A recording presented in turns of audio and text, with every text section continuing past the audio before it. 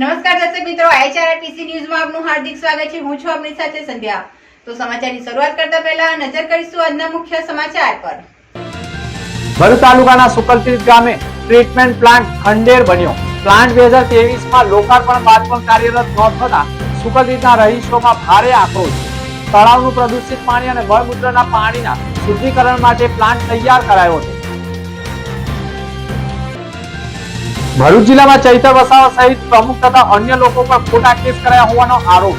Bharuch collector કચેરી ગજવી આવેદનપત્ર પાઠવ્યું। ઝઘડિયા વન વિભાગની ગંભીર બેદરકારીના કારણે દીપડો પાંજરામાંથી ફરાર। 2 મહિલાઓ પર હુમલો કર્યો હોવાની ઘટના।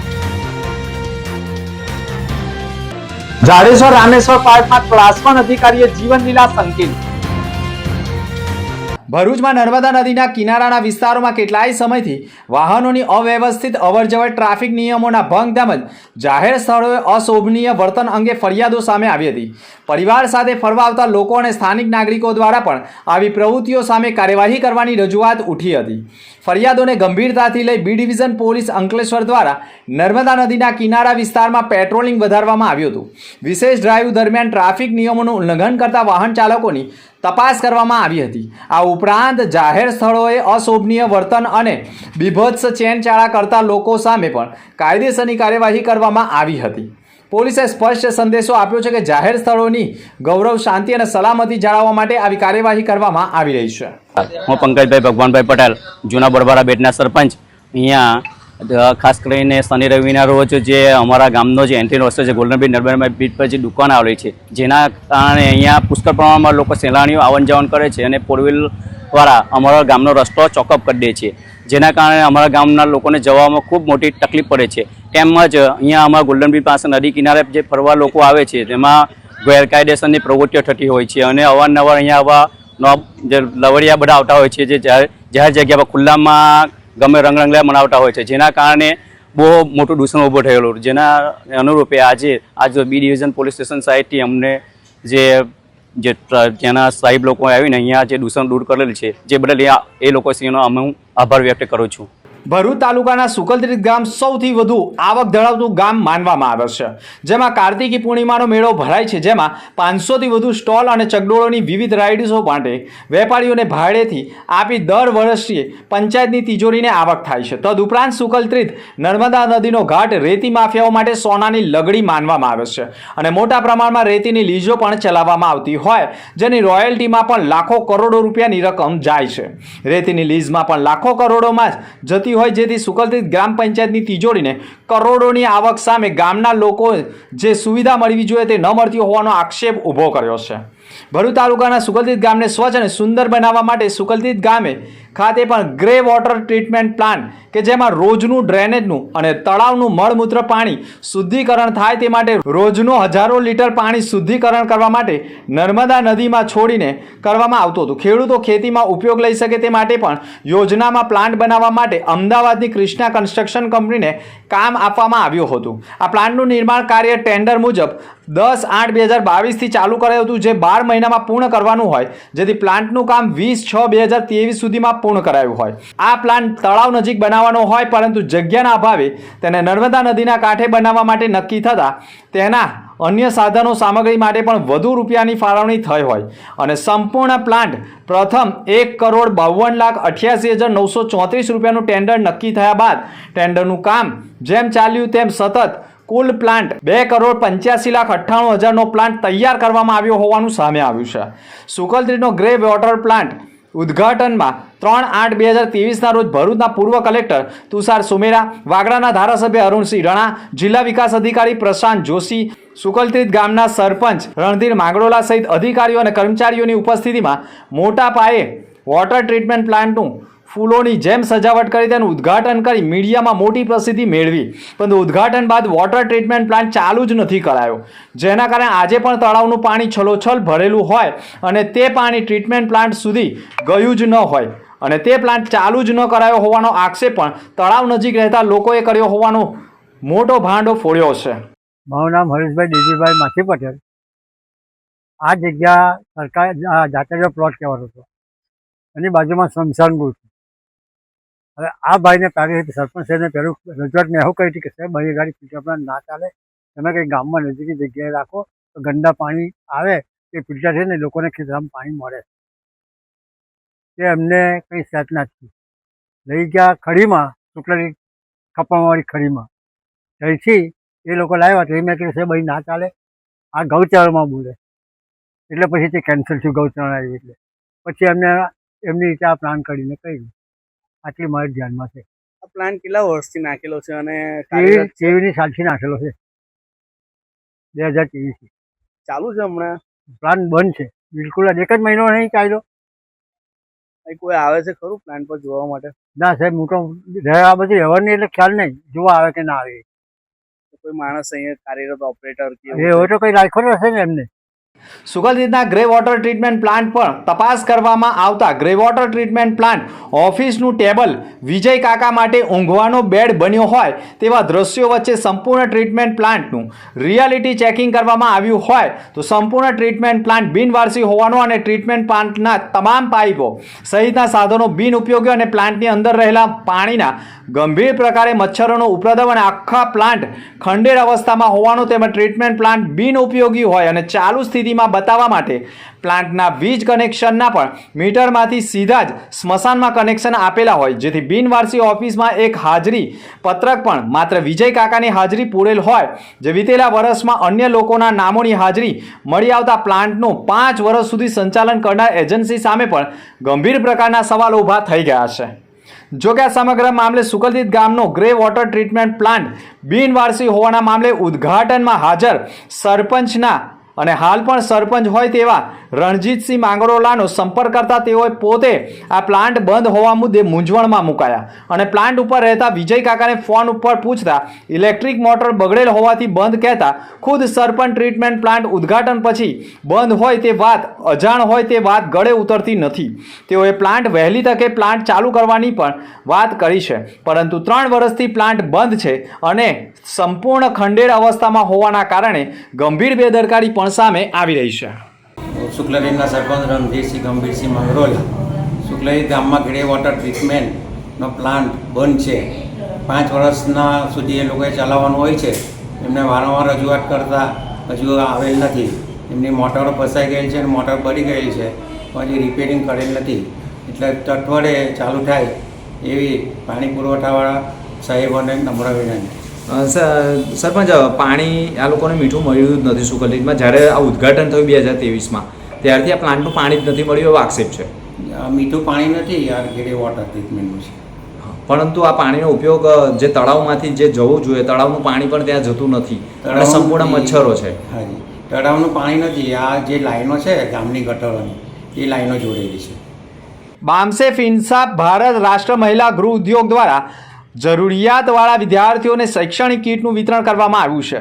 કાયમી મોંઘવારીના શિક્ષણથી વંચિત રહી જાય છે, ત્યારે આવા સંજોગોમાં શિક્ષણની પરબ કાર્યક્રમ થકી શિક્ષણની સામગ્રી વિતરણ કરવામાં આવી રહ્યું છે, જેમાં Narayan charitable trust, Filatex India limited કંપનીના અનિલભાઈ વસાવા, રમણભાઈ પરમાર થકી શિક્ષણ સામગ્રીની વ્યવસ્થા કરી હતી.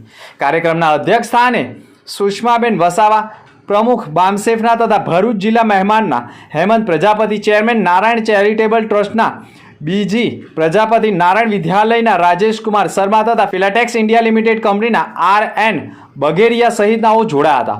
મોટી સંખ્યામાં લોકો જોડાયા હતા અને જરૂરિયાતમંદોએ પણ શૈક્ષણિક કીટ મેળવવા માટે ભારે ભીડ જમાવી હતી. મોટા પ્રમાણમાં લોકો ઉપસ્થિત રહેતા તમામ લોકોને શૈક્ષણિક કીટનું વિતરણ કરવામાં આવતા સૌ કોઈએ રાહત પણ અનુભવ્યો હતો. ભરૂચ ખાતે કલેક્ટર કચેરી ખાતે મોટી સંખ્યામાં એકત્ર થઈ આવેદનપત્ર પાઠવવામાં આવ્યું છે. આક્ષેપ કરાયો છે કે જિલ્લા કલેક્ટરને આપેલા આવેદનપત્રમાં કહેવાયું છે કે ઝઘડિયા પોલીસ સ્ટેશન ખાતે 27 એપ્રિલ 2026ના રોજ બનેલી ઘટનાના સંદર્ભમાં ધારાસભ્ય ચૈતર વસાવા, આમ આદમી પાર્ટીના ભરૂચ જિલ્લા પ્રમુખ પિયુષ પટેલ, જિલ્લા પંચાયત સભ્ય અને ઝઘડિયા વિધાનસભાના પ્રભારી રજની વસાવા, ઝઘડિયા તાલુકાના પૂર્વ પ્રમુખ સર્જન વસાવા સહિત અન્ય આગેવાનો વિરુદ્ધ 3 અલગ અલગ ગુનાઓ નોંધવામાં આવ્યા હતા. આવેદનપત્રમાં તમામ કેસોને ખોટા અને રાજકીય પ્રેરિત ગણવામાં આવ્યા છે. મોટા પ્રમાણમાં આમ આદમી પાર્ટીના સમર્થકોએ ભરૂચ કલેક્ટર કચેરી ગચવી હતી અને ભાજપના નેતાઓ પર ગંભીર આક્ષેપો કર્યા હતા.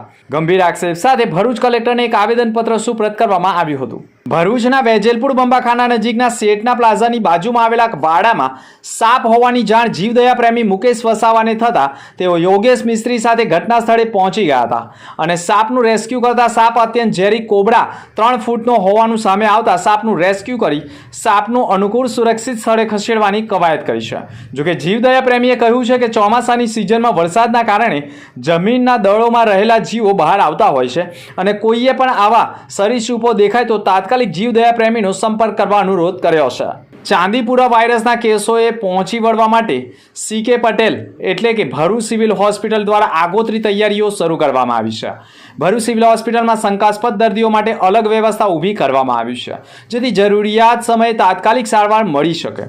હાલમાં ભરૂચ જિલ્લામાં ચાંદીપુરા વાયરસનો કોઈ પોઝિટિવ કેસ નોંધાયો નથી, પરંતુ આરોગ્ય વિભાગ દ્વારા તકેદારીના ભાગરૂપે સર્વેલન્સ અને જરૂરી પગલાં લેવામાં આવી રહ્યા છે. નાગરિકોને અપીલ કરવામાં આવી છે કે બાળકોમાં અચાનક તાવ, ઝટકા અથવા તો અસામાન્ય લક્ષણો દેખાય તો તાત્કાલિક તબીબી સલાહ લેવી જરૂરી છે. ભરૂચ સિવિલ હોસ્પિટલમાં પૂરતી તૈયારી કરવામાં આવી છે, પરંતુ હાલ ચાંદીપુરા વાયરસથી ગભરાવાની જરૂર ન હોવાની પણ સલાહ આપવામાં આવી રહી છે. દેશ અને ખાસ કરીને યુવાધનોને દારૂ તથા ડ્રગ્સના વધતા દૂષણથી બચવા માટે સંત સમાજ અને સામાજિક આગેવાનોએ વ્યાપક સ્થળે જનજાગૃતિ અભિયાન ચલાવવાનો સંકલ્પ કર્યો છે. હરિદ્વારમાં યોજાયેલી કેન્દ્રીય માર્ગદર્શક મંડળની બેઠક બાદ દક્ષિણ ગુજરાત ક્ષેત્રના સંતોના માર્ગદર્શન મંડળની મહત્વપૂર્ણ બેઠક રજનીગંધા સોસાયટીમાં આવેલા સોમદાસ બાપુના આશ્રમ ખાતે યોજાઈ હતી, જેમાં વિહિપ આંતરરાષ્ટ્રીય પ્રમુખ અને સુપ્રીમ કોર્ટના સિનિયર વકીલ આલોક કુમાર વિશેષ ઉપસ્થિત રહ્યા હતા, જેમાં વ્યસન મુક્તિ અને સમાજ જાગૃતિના મુદ્દાઓ પર વિસ્તૃત ચર્ચા કરવામાં આવી હતી. બેઠક દરમિયાન ઉપસ્થિત સંતો અને અગ્રણીઓએ પણ ગુજરાતના વિવિધ બંદરો મારફતે મોટા પ્રમાણમાં નશીલા પદાર્થોની હેરાફેરી અંગે ચિંતા વ્યક્ત કરી હતી અને અખબારી અહેવાલોનો ઉલ્લેખ કરતા તેમણે જણાવ્યું હતું કે દારૂ અને ડ્રગ્સનું વધતું દૂષણ દેશના યુવાધન માટે ગંભીર પડકાર બની રહ્યું છે. જો યુવાનો આ વ્યસનોની ચુંગલમાં ફસાઈ જશે તો સમાજ અને રાષ્ટ્ર બંને માટે ગંભીર પરિણામ સર્જાઈ શકે છે. આ પરિસ્થિતિને ધ્યાનમાં રાખી સંત સમાજ દક્ષિણ ગુજરાત સહિત સમગ્ર વિસ્તારમાં વ્યસન મુક્તિ માટે વિશેષ જનજાગૃતિ અભિયાન શરૂ કરવાનો નિર્ણય પણ લેવામાં આવ્યો છે. સંકલ્પ ફાઉન્ડેશન ભરૂચ અને શ્રી ખડાયતા પરિષદ વિભાગીય સમિતિ ભરૂચના સંયુક્ત ઉપક્રમે ભરૂચ જિલ્લા જેલ ખાતે બંદીવાનો માટે સંગીત કાર્યક્રમનું આયોજન કરવામાં આવ્યું હતું. સુધારાત્મક વહીવટી ગુજરાત રાજ્ય અમદાવાદના માર્ગદર્શન હેઠળ 11 જુલાઈના રોજ ભરૂચ જિલ્લા જેલ ખાતે રહેલા બંદીવાનો માટે જેલના બંધન વચ્ચે કેદીઓના માનસિક તણાવને દૂર કરવામાં સંગીતમય કાર્યક્રમનું આયોજન કરવામાં આવ્યું હતું. આ કાર્યક્રમમાં ભરૂચ જિલ્લા જેલ ઇન્ચાર્જ અધિક્ષક NP રાઠોડ સાહેબના સહયોગ અને સંકલ્પ ફાઉન્ડેશન ભરૂચના સ્થાપક સંજય તલાટીના પ્રયત્નો થકી કાર્યક્રમને સફળ બનાવવામાં આવ્યો હતો. આ સંગીતને કાર્યક્રમમાં દેશભક્તિ ગીતો તથા કેદીઓને માનસિક મનોરંજન મળે એવા ગીતોની પ્રસ્તુતિ કરવામાં આવી. સાથે જેલના કેદીઓએ પણ ગીતો ગાઈને પોતાના રહેલી પ્રતિભાવને રજૂ કરી છે. સચેતના પર્યાવરણ સંગઠન દ્વારા ભરૂચ કલેક્ટરને એક આવેદનપત્ર સુપ્રત કરવામાં આવ્યું છે.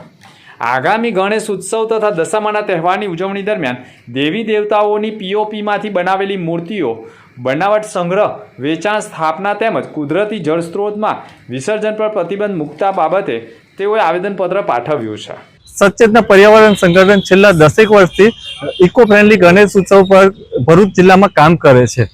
આપણે માટીની મૂર્તિની સ્થાપના કરીએ એના પર સતત કાર્યરત છે અને તાજેતરમાં તો માનનીય વડાપ્રધાન શ્રી નરેન્દ્ર મોદી સાહેબે પણ રાષ્ટ્રની જનતાને અપીલ કરી છે કે માટીની મૂર્તિની સ્થાપના કરીએ.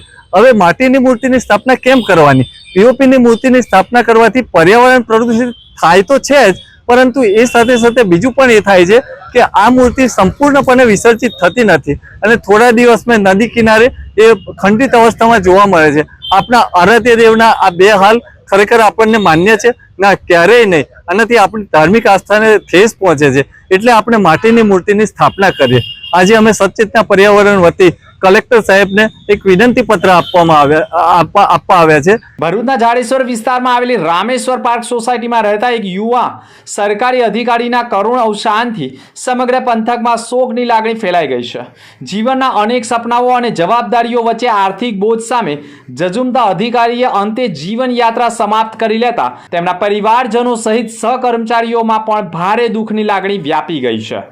અમરેલીના પિયુષભાઈ ઉકાણી એક મહિના અગાઉ જ બદલી થઈને જિલ્લા આયોજનના ક્લાસ 1 અધિકારી તરીકે ફરજમાં હાજર થયા હતા અને જાડેશ્વરની રામેશ્વર પાર્ક સોસાયટીમાં ભાડાએ એ 12 મકાનમાં રહેતા હતા. આજે સવારે તેઓ ઘરે એકલા હતા ત્યારે તેમનું નિર્જીવ દેહ મળતા જ સોસાયટીમાં ચકચાર મચી ગઈ છે. ઘટનાની જાણ મકાન માલિક દ્વારા સી ડિવિઝન પોલીસને કરવામાં આવતા પોલીસ કાફલો પણ ઘટના સ્થળે પહોંચી ગયો હતો. પ્રાથમિક તપાસ દરમિયાન પોલીસે એક સુસાઇડ નોંધ મળી આવી છે. તેમાં તેઓએ આર્થિક સંકટ, લોન અને ક્રેડિટ કાર્ડના વધતા દેવાના બોજાને કારણે તેઓએ ભારે માનસિક તણાવ અનુભવી રહ્યા હોવાનું ઉલ્લેખિત પણ કરવામાં આવ્યું છે. પોલીસે જરૂરી કાર્યવાહી સાથે મૃતદેહને પોસ્ટમોર્ટમ અર્થે ખસેડવાની કામગીરી કરી છે. અંતમાં ફરી એક નજર આજના મુખ્ય સમાચાર પર. ભરૂચ તાલુકાના સુકલતીર્થ ગામે ટ્રીટમેન્ટ પ્લાન્ટ ખંડેર બન્યો. પ્લાન્ટ 2023માં લોકાર્પણ બાદ પણ કાર્યરત ન થતા સુકલતીર્થના રહીશોમાં ભારે આક્રોશ. તળાવનું પ્રદૂષિત પાણી અને મળમૂત્રના પાણીના શુદ્ધિકરણ માટે પ્લાન્ટ તૈયાર કરાયો હતો. ભરૂચ જિલ્લામાં ચૈતર વસાવા સહિત પ્રમુખ તથા અન્ય લોકો પર ખોટા કેસ કરાયા હોવાનો આરોપ. ભરૂચ કલેક્ટર કચેરી ગજવી આવેદનપત્ર પાઠવ્યું. ઝઘડિયા વન વિભાગની ગંભીર બેદરકારીના કારણે દીપડો પાંજરામાંથી ફરાર. 2 મહિલાઓ પર હુમલો કર્યો હોવાની ઘટના. જાડેશ્વર રામેશ્વર પાર્કમાં ક્લાસ 1 અધિકારીએ જીવન લીલા સંકિલ. તો હતા અત્યાર સુધીના સમાચાર. નવા સમાચાર સાથે ફરી મળીશું. નમસ્કાર.